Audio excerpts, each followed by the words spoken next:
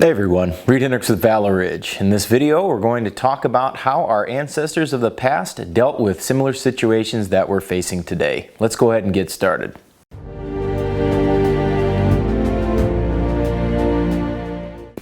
Ever since I was a young man, I always looked at people that came before, that we could find wisdom, we could find lessons in how they dealt with things, and how they dealt with tyranny, and how they dealt with oppression, and how they dealt in good times and in bad. And I think the lessons that we can take from a lot of the people that came before us is that they were a very hardy people. They were a hardy people that used reason and evidence and facts, and they were able to come to very logical conclusions. I've got several volumes here. I've got the life, correspondence, and speeches of Patrick Henry. So let's see what kind of conditions that the colonists were in 1774. Here people have been very sickly, but hope the sickly season is nigh over. My dear daughter has been ailing for 2 or 3 days with a fever, and the children are doing well. She talks about illness and sickness, and back in those days there were large amounts of sickness in the colonies. There were things like smallpox, there were things like cholera, and the death rate was very high. In fact, many women died during childbirth. The things that we take for granted today, like things that we take, for example, living to 75, 80, 90 years old, most people take that as a given, whereas back in these days, people realized that to live to be 70 or even 60 was considered a long, blessed life. So in this same climate, in this exact same year, Patrick Henry talks about civil liberties. He talked about upholding the rule of law, and by the rule of law, he meant natural law. So in this same climate, Patrick Henry rose up and talked about infringements on his personal liberty and the liberties of other Virginians as well as the rest of the colonies. He says, a well-regulated militia composed of gentlemen and yeomen is the natural strength and only security of a free government, and that such militia in this colony would forever render it unnecessary for the mother country to keep among us, for the purpose of our defense, any standing army of mercenary soldiers, always subversive of the quiet and dangerous to the liberties of the people, and would obviate the pretext of taxing us for their support. That the establishment of such a militia is, at this time, peculiarly necessary by the state of our laws for the protection and defense of the country, some of which have already expired and others will be shortly so.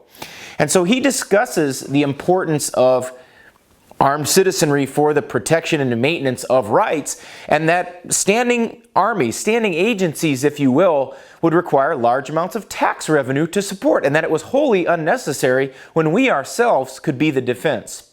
Well, it's during times like this when I realize people's fears and irrationality, and when I look at people that are clamoring with their hand out for crumbs from the feast that we already provided government. And they hold their little hands out saying, please give me your crumbs, even though we are born to sit at the seat of honor at such a table. Folks, I want you to read some history while you've got time. I want you to read about people like Patrick Henry. I want you to read about people like Thomas Jefferson and Benjamin Franklin and George Washington and Richard Henry Lee. And I want you to read how they viewed government, and I want you to read how they viewed their natural liberties and how they viewed freedom and what government's role was in preserving and protecting those liberties and what to do about it when government becomes the biggest violator. Yes, they dealt with diseases far more deadly than what we have today. They dealt with in places where diseases would wipe out a quarter, 10%, 5% of the population at times, and that was considered a good year. So when we are told and sold a bill of goods about modern diseases with ever decreasing death rates, the longer this thing goes on, they become smaller and smaller and smaller and smaller. I want you to compare that with history, and I want you to compare that with the responses that our founders had to crisis, what our founders saw that we should do during times of crisis, and how they handled themselves and how they spoke and how they inspired confidence in others. See, what passes for leadership today would have been laughed out of the entire forum 200 years ago, and that includes both sides of the political aisle. I think our founders would look with contempt upon our leadership today. I think people's expectation of government today is pretty sad, considering the price that our founders paid for our freedom and liberty. And I think we need to recalibrate what we expect government's role should be. See, government isn't a provider. If, in fact, is the other way around. We are the ones that provide for them. They don't provide for us. In fact, they only take from us. They constantly take our resources and then decide to play the social engineer at all times, regardless of who's in office.